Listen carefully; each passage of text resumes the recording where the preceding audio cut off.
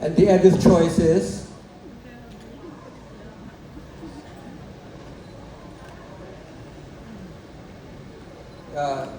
the winner for Best Actress is Miss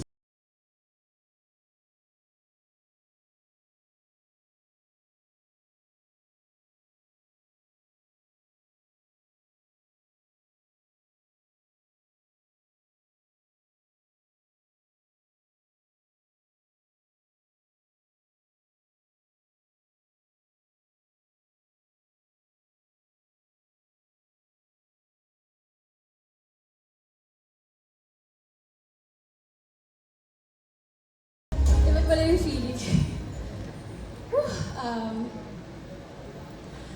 I would like to first acknowledge all the amazing actresses in this category. Miss Maylene Quezon, Ma'am Charo Santos, Cristel Go, so precious, Barbie Forteza, Ma'am Charo Santos, and Ate Angelica Panganiban. It's such an honor to be nominated alongside all of you. Maraming salamat, Eddies, for this. When I read the script, Sunshine, during the pandemic, I knew right away that it's going to be a big responsibility. Talking about abortion in this country is not going to be easy. But all of my fears and doubts faded away kasi alam kong marami akong kakampi.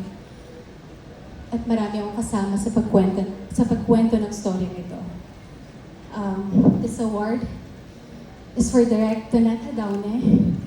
Thank you so much for creating this really beautiful story, for inspiring so many Filipinas, young women, and for believing in me that I could be sunshine.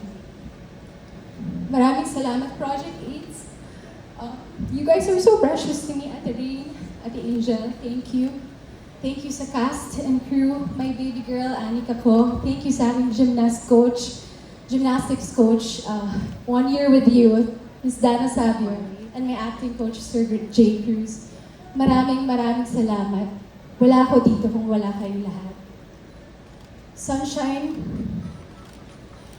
is a girl who had so much promise, who had big dreams, who had such a bright future ahead of her.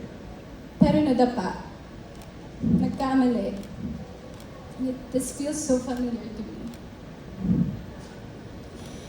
And I know that feeling, almost losing everything.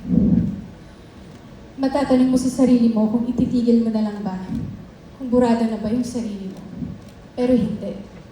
Sa storya ni Sunshine, pinili niya mabuhay ang mga pangarap niya. This award is for all of the sunshine in this world. Sa lahat ng mga kababaihan at sa karapatan nating piliin ang mga sarili nating katawan. Sa lahat ng mga nadapa, bangon lang. Kung maingay man, drown out the noise and remember who you are. Thank you so much.